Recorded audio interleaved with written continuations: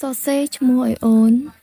សារ៉ូសុរីសាចាអូនរីសាឈ្មោះពីរណាអូនចាចឹងរីសាអ្នកគ្រូសរសេរឈ្មោះឲ្យអូនដូចរាល់ហើយណារីសាបើសិនជាអូនបានឃើញអូនជួយខមមិនប្រាប់អ្នកគ្រូផងណាអូនរីសា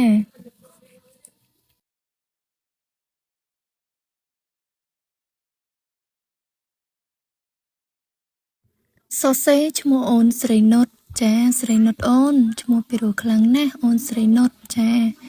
ចឹងស្រីនុតអ្នកគ្រូសរសេរឈ្មោះអូនដូចរាល់ហើយណាស្រីនុតបើសិនជាអូនបានឃើញអូនជួយខមមិនប្រាប់អ្នកគ្រូផងណាអូនស្រីនុតអូនមានឈ្មោះថាអូនរចនាចារចនាអូនឈ្មោះពីរខ្លាំងណាស់អូនរចនាចាចឹងអូនរចនាអ្នកគ្រូសរសេរឈ្មោះឲ្យអូនដូចរាល់ហើយណារចនាបើសិនជាបានឃើញជួយខមមិនប្រាប់អ្នកគ្រូផងណាសរសេរឈ្មោះឲ្យអូនរំដួលចារំដួលឈ្មោះពីរនឹងមានអត្ថន័យល្អណាអូនចាចឹងរំដួលអ្នកគ្រូសរសេរឈ្មោះឲ្យអូនដូចរាល់ហើយណាអូនបើសិនជាបានឃើញអូនជួយខមមិនប្រាប់អ្នកគ្រូផងណាសរសេរឈ្មោះរុហាន់វ៉ាចាអត់ដឹងថាជាបងប្រុសឬក៏ប្អូនប្រុសទេចាហាន់វ៉ាឈ្មោះពីរខ្លាំងណាស់ចាអញ្ចឹងហាន់វ៉ាខ្ញុំសរសេរឈ្មោះឲ្យគាត់រួចរាល់ហើយណាបើសិនជាបានឃើញជួយខមមិនប្រាប់ខ្ញុំផងណា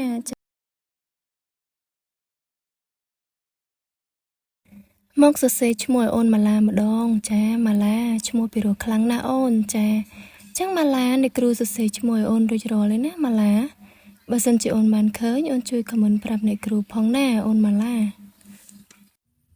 សរសេរឈ្មោះឲ្យពូខ្មែរក្រហមចា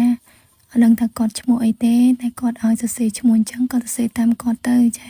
អញ្ចឹងពូខ្មែរក្រហមខ្ញុំសរសេរឈ្មោះគាត់ដូចរាល់ហើយណាបើសិនជាបានឃើញចាំជួយខមមិនប្រាប់ខ្ញុំផងណា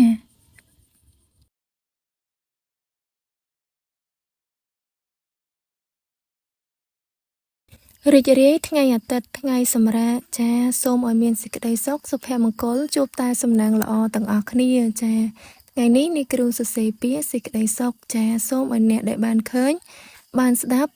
មានសេចក្តីសុខសុភមង្គលជួបតែសំណាងល្អទាំងអស់គ្នាចាធ្វើដំណើរដើរលេងនៅទីណាក្តីសូមឲ្យជួបតែសុខសុវត្ថិភាពអូនមានឈ្មោះថាអូនលិនជីចាលិនជីអូនឈ្មោះពីរខ្លាំងណាស់អូនលិនជីចាចឹងអូនលិនជីអ្នកគ្រូសរសេរឈ្មោះឲ្យអូនរួចរាល់ហើយណាលិនជីឈ្មោះអូនពិរោះនឹងមានអត្ថន័យល្អណាស់អូនមានឈ្មោះថាអូនពុទ្ធិកាចាពុទ្ធិកាអូនឈ្មោះពិរោះណាអូនចាចឹងអូនពុទ្ធិកាអ្នកគ្រូសរសេរឈ្មោះឲ្យអូនរួចរាល់ហើយណា